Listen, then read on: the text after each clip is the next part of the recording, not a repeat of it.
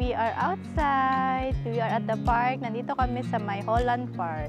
According sa Google guys, merong 22 hectares itong park na to. So napaka-peaceful dito guys. Grabe, ang dami palang mga hidden na pwedeng puntahan dito sa London. So first time ko dito and ang ganda. Mayroon pa silang pools. So ito palang Kyoto Garden guys. Just to add information. Gift pala to ng Japan sa UK noong 1991. Ayan, meron din sila mga koi fish, guys. Hindi namin ito napansin kanina, pero naglakad kami. Ang lalaki pala nila doon sa loob.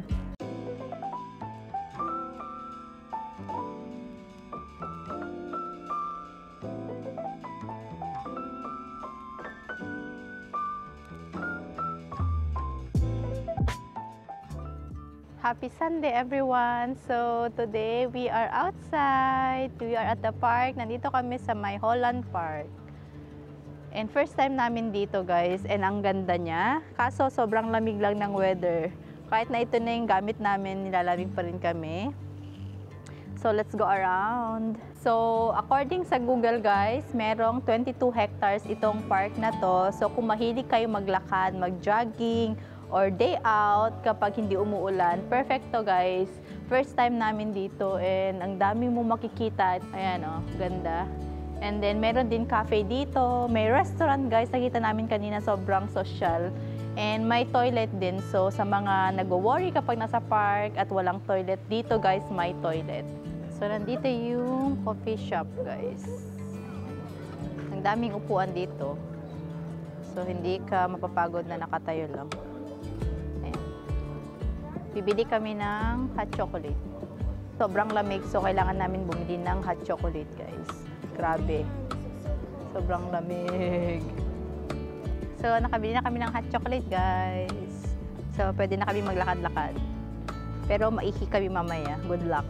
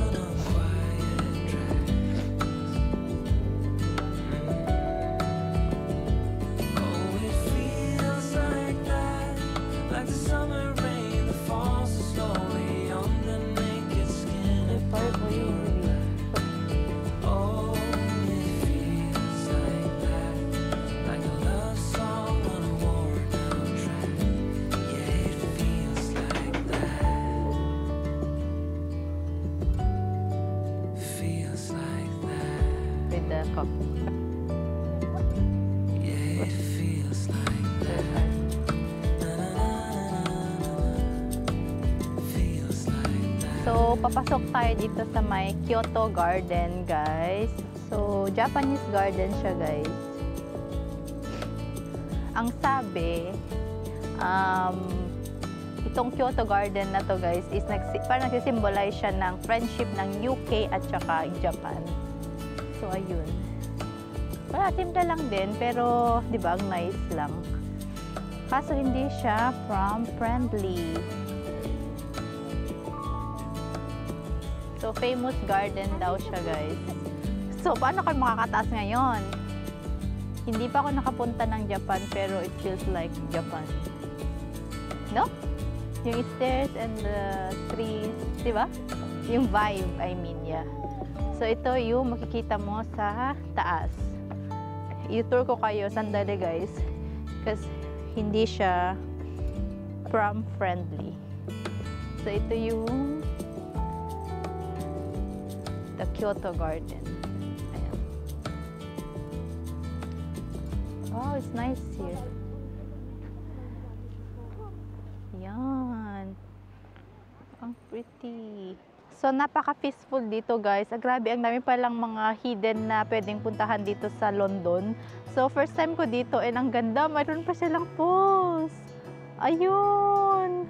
Pupuntahan natin dyan, pero kailangan mo na makaakyat sila Jomar at Ethan. I think, not sure if they can come here, guys. Pero, we'll see. Ayun, ang ganda, oh. Hoy. So, ito palang Kyoto Garden, guys. Just to add information. Gift pala to ng Japan sa UK noong 1991. Ayan, meron din sila mga koi fish, guys. Hindi namin to napansin kanina pero naglakad kami. Ang lalaki pala nila dun sa loob. Grabe, ang ganda oh. Chill lang sila, hindi sila masyadong ano. Ayan oh. Ang laki, grabe. Ganda. Where are you going?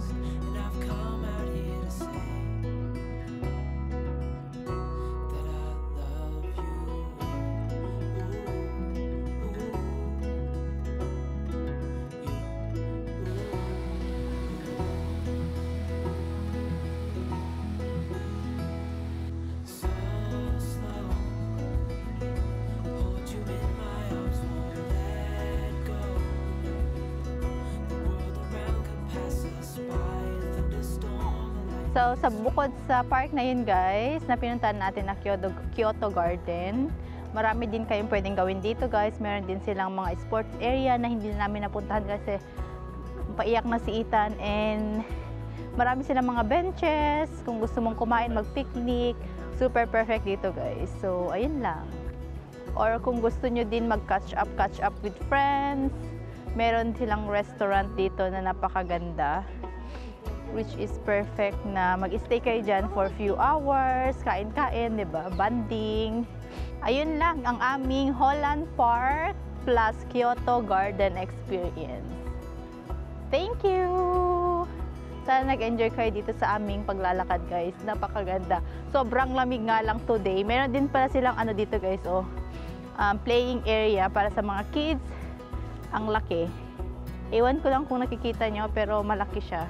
Pa-winter na kasi namin to na-discover. Pero during summer daw, meron din silang mga live concert at mga theater. So, ewan ko lang, guys, kung saan. Pero kung i-search nyo siguro, nandyan din yan. So, ayun lang. Ayun, kung balak nyong pumunta ng Holland Park, quick tips, guys. Meron ditong Holland Park Station. So, walking distance. Best time is to visit ay spring or early autumn, which is ngayon, guys, autumn na. So, perfect weather and maganda mag-pictures. Siyempre, excited ako kasi mamayang gabi magbo-barbecue tayo using my electric grill. So, matagal na yung electric grill sa bahay, guys, and naisipan ko lang today na mag-barbecue, kaya bumili na ako kahapon ng mga meat, pork belly, and then breast chicken, tapos na marinate ko na siya. So, nakaluto na pala ako kanina. Hindi ko na ginamit yung electric grill. Prinito ko na lang. So, ayan na, guys. Tinamad ako gamitin yun kasi sobrang lamig. At kagigising ko lang kanina. So, ayan yung niluto ko.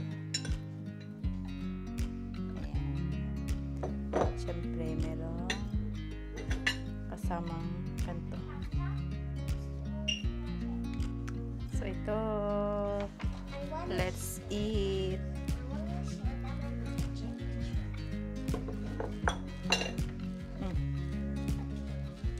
See this paper, right?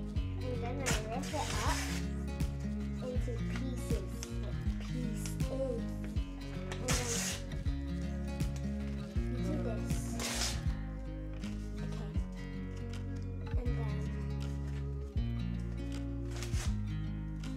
And then you crumple it, well, you fold it actually. Not a nice fold, who cares? Not me. So you see it? Perfecto. It's not perfect, but it's